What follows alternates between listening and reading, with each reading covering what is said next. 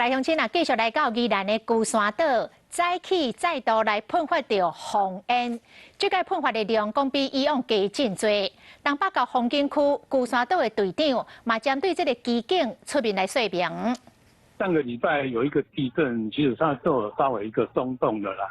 今天有一块比较大块的有比较大块掉下来，掉下来可能扎到底下那个以前我们窥岛房间的一个洞口，产生那个房间蛮多的，已经好几年没有这么大。这队长初步的判断应该是顶礼拜的地震，地属龟山头的岩石来松令，今仔日就有一块棒石来放落来，拄好讲离的红烟口。